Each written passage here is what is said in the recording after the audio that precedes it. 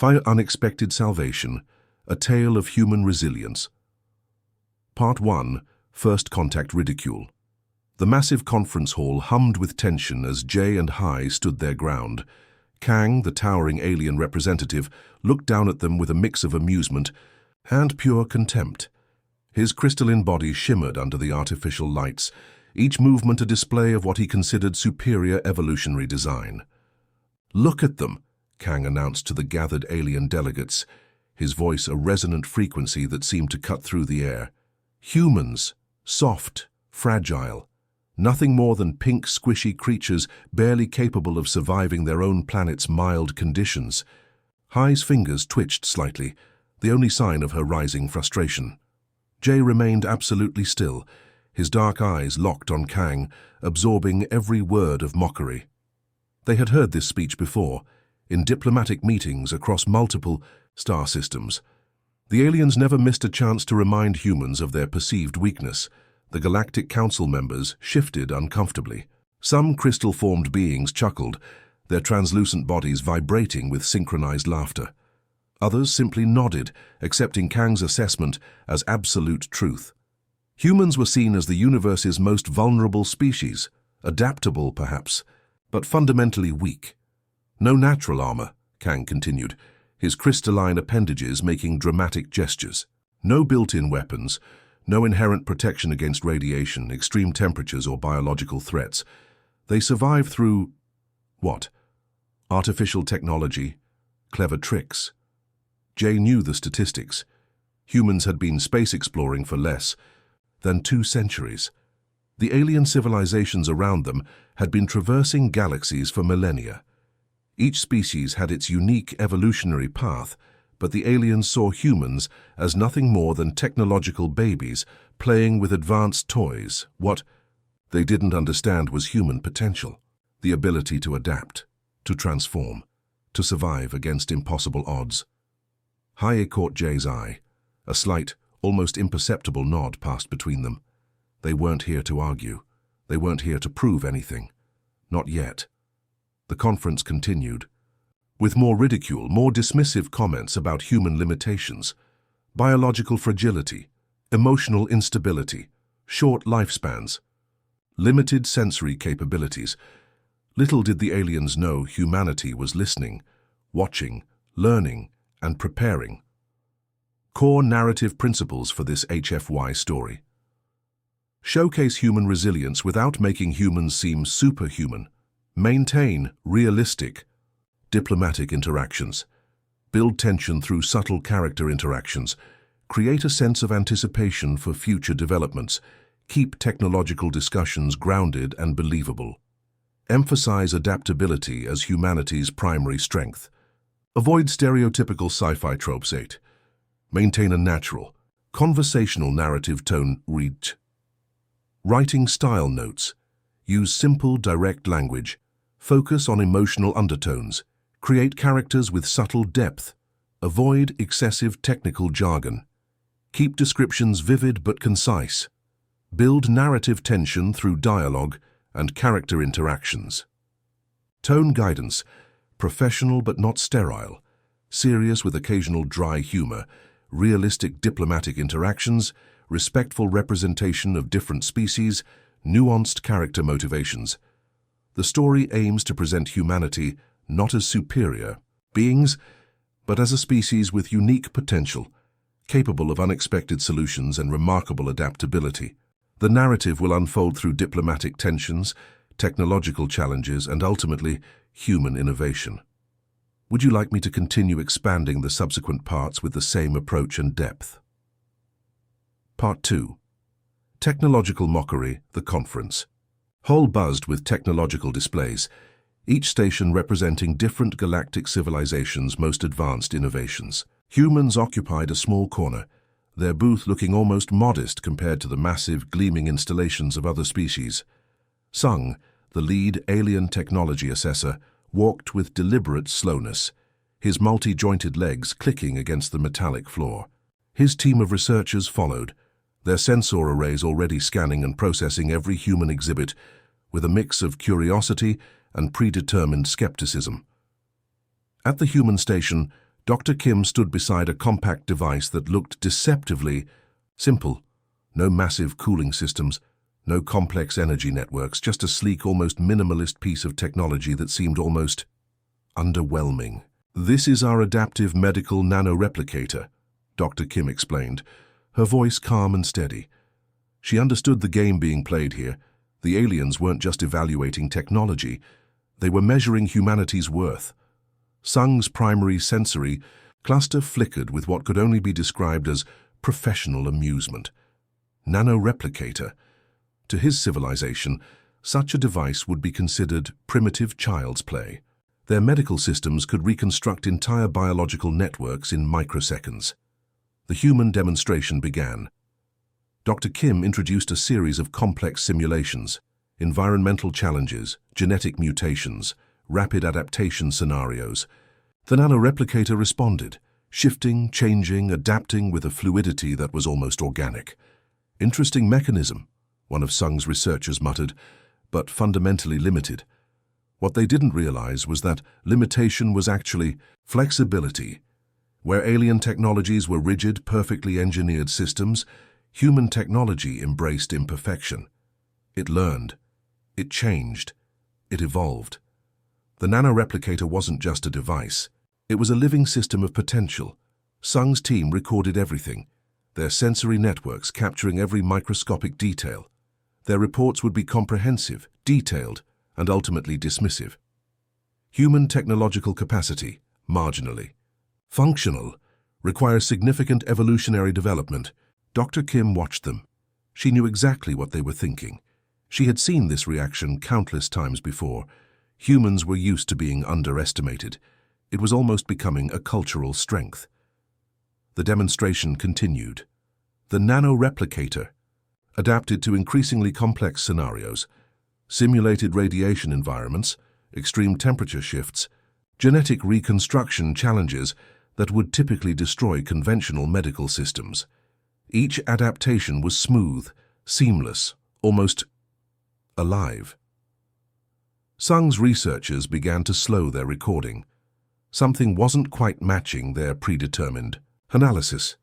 The device wasn't just responding, it was learning. "Fascinating," one researcher whispered almost involuntarily. Dr. Kim allowed herself a slight smile, not a triumphant smile, just a knowing one. Technological superiority wasn't about complexity, it was about potential, about the ability to change, to grow, to survive. The human booth might have been small, the demonstrations might have seemed simple, but something fundamental was happening here. The seeds of a technological revolution were being quietly planted, and the aliens, for all their advanced sensors and comprehensive scanning systems, were completely missing the point. Humans didn't need massive, complex systems. They needed adaptable, responsive technologies that could think, learn, evolve. As the demonstration concluded, Sung and his team moved away, their preliminary reports already being drafted. Technologically inferior would be the primary conclusion. They had no idea how wrong they were. The nanoreplicator sat quietly, its minimal interface betraying nothing of the complex systems brewing underneath. Just waiting, learning, ready. Humanity's true technological potential was still a secret, and some secrets are best kept hidden, right until the moment they change everything. Would you like me to continue with the same approach for the next part of the story? Part 3. The quantum plague emerges. The first signs were subtle, a slight tremor in communication networks, unexplained neural disruptions across research stations. Hyun noticed it before anyone else, a microscopic irregularity that most would have dismissed as a system glitch. But this was no glitch. Hospitals began reporting strange symptoms. Patients arrived with neural pathways collapsing faster than doctors could diagnose. Their advanced medical scanners showed something terrifying, a pathogen that didn't just infect but completely rewrote biological systems. Within days, entire planetary populations started showing symptoms. The quantum plague moved like liquid intelligence, jumping between neural networks with impossible speed. It wasn't just a disease, it was a system killer. Hyun worked frantically, his research station a maze of holographic displays and dying hope. Generations of alien medical knowledge crumbled against this invisible enemy. Their most advanced treatments became nothing more than temporary band-aids on a wound that kept growing. "This isn't a normal infection," he muttered, reviewing millions of data points. The pathogen seemed to learn, to adapt, to understand and counter every medical intervention almost before it was implemented. Planetary communication networks began to fail. Hospitals overflowed. Medical systems that had been considered invincible for thousands of years were collapsing like paper structures in a hurricane. The quantum plague didn't just kill. It dismantled entire biological systems with surgical precision. Neural networks collapsed, genetic structures unraveled. What took evolution millions of years to build, this pathogen destroyed in moments. Panic started to spread faster than the disease itself. Governments scrambled. Emergency protocols activated, but nothing worked. Their most advanced technologies, their comprehensive medical understanding, their millennia of scientific progress all became useless against an enemy they couldn't even fully understand. Hyun realized something terrifying. This wasn't just a disease. This was a complete systemic breakdown of their civilization's most fundamental biological protection mechanisms. Entire planetary populations began to vanish, not through death exactly, but through a complete neural collapse that left bodies intact but minds completely destroyed. Billions of intelligent beings reduced to empty shells. The irony wasn't lost on Hyun. A civilization that had prided itself on technological superiority was being brought to its knees by something microscopic. Something they couldn't fight, couldn't understand. Communication between planetary systems became fragmented. Emergency broadcasts showed increasing desperation. Medical research teams worked around the clock, but each solution was countered, almost instantaneously by the pathogen. It was like fighting a living intelligence that could predict and counter every possible move. Hyun's research station became ground zero for a desperate fight for survival. Holographic displays showed planetary population graphs dropping at terrifying rates. What had taken millions of years to build was being dismantled in weeks. The quantum plague didn't just threaten a species. It threatened an entire galactic civilization, and nobody knew how to stop it. In quiet moments between desperate research attempts, Hyun allowed himself a moment of genuine fear, not just for his people, but for the potential extinction of everything they had ever built. Little did he know, the solution would come from the very species they had consistently underestimated. Humanity was waiting, watching, and they were about to change everything. The quantum plague thought it had won, but it had no idea what was coming. Would you like me to continue with the next part of the story, maintaining the same narrative approach and intensity? Part 4. Desperate transmission. The communication chamber of the alien royal complex was unlike anything humans had ever seen. Massive crystalline structures pulsed with energy, reflecting the desperation of a civilization on the brink of total collapse. Queen Ari, once the most powerful being in their galactic network, now looked like a fragile shadow of her former self. Her transmission to Earth was nothing short of a miracle of humility. Years of diplomatic ridicule. Countless meetings where humans were treated like technological children. Moments of pure condescension. All of that history compressed into a single, desperate message. The quantum plague had stripped away every layer of alien superiority, leaving only raw survival, instinct. The transmission arrived at Earth's primary diplomatic center. Initial communication analysts couldn't believe their eyes. The encryption was complex, the data overwhelming. But beneath the technical layers, there was something uniquely human could recognize. Pure, unfiltered fear. Dr. Park, the lead communication specialist, understood immediately what most would miss. This wasn't just a request for help. This was a complete surrender of everything the alien civilization believed about themselves. "We need human intervention," the message read, stripped of diplomatic niceties. "Our medical technologies have failed. Our population is collapsing. We have no other options." The irony was breathtaking. The same species that had mocked human biological limitations was now begging for human medical expertise.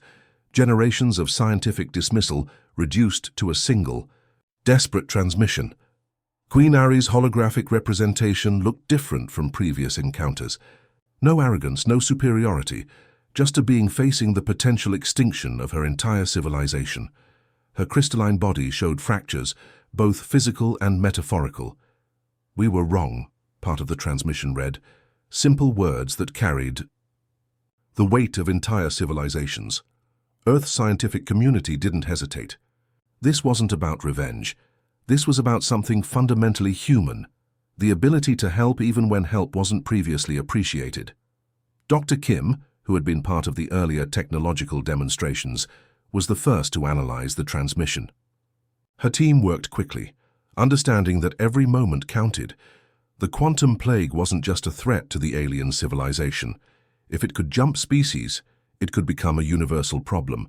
The transmission contained massive amounts of scientific data, medical scans, genetic structures, neural network breakdowns, complex information that would have taken years to decode. But humans had something the aliens didn't: adaptive thinking. Where alien technologies were rigid and perfect, human approaches were flexible and innovative. They didn't just solve problems. They reimagined solutions. Communication channels buzzed with activity. Diplomatic protocols that had taken years to establish were being rewritten in hours. The entire human scientific community mobilized with a speed that would have been impossible just decades earlier.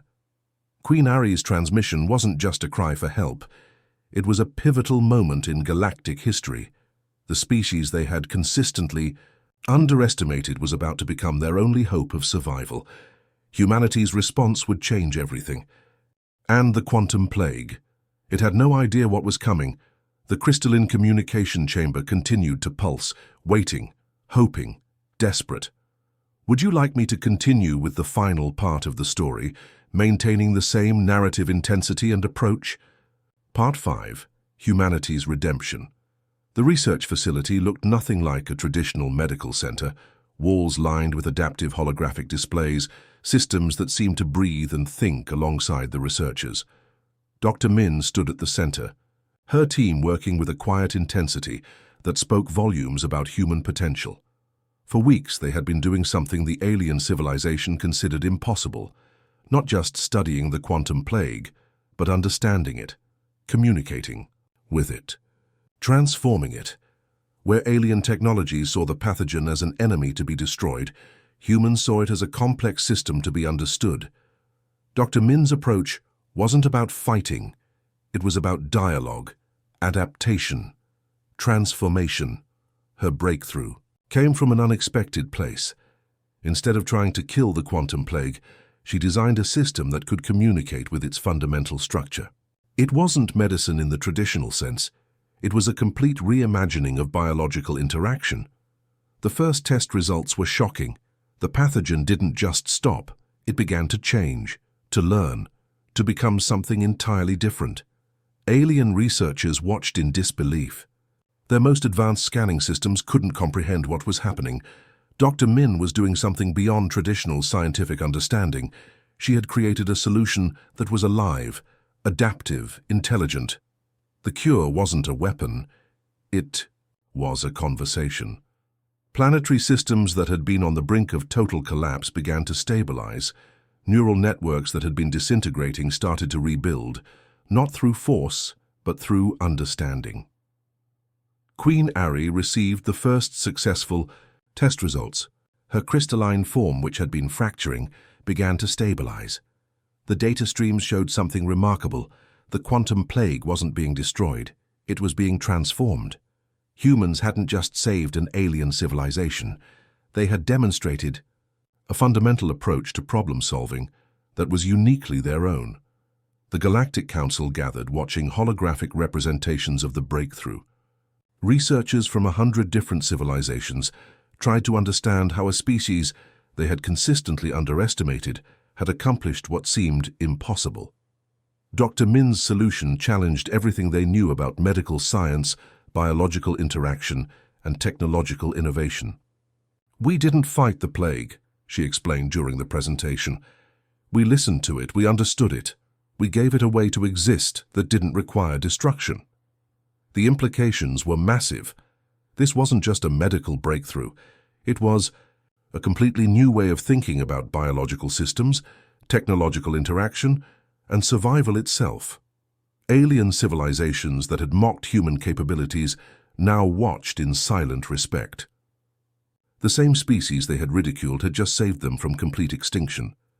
The quantum plague became something else entirely, not an enemy, not a threat, but a complex system that could coexist, adapt, and transform.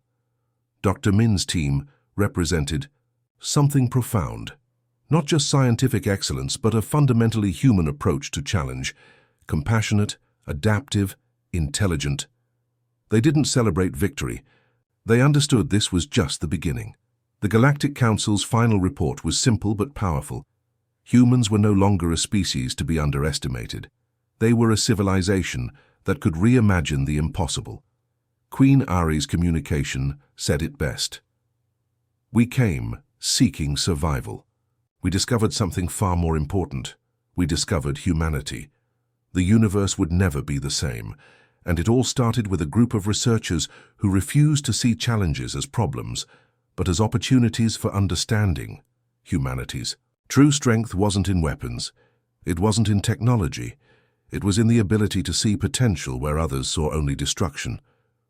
Would you like me to provide any additional context or explore any specific aspect of this narrative?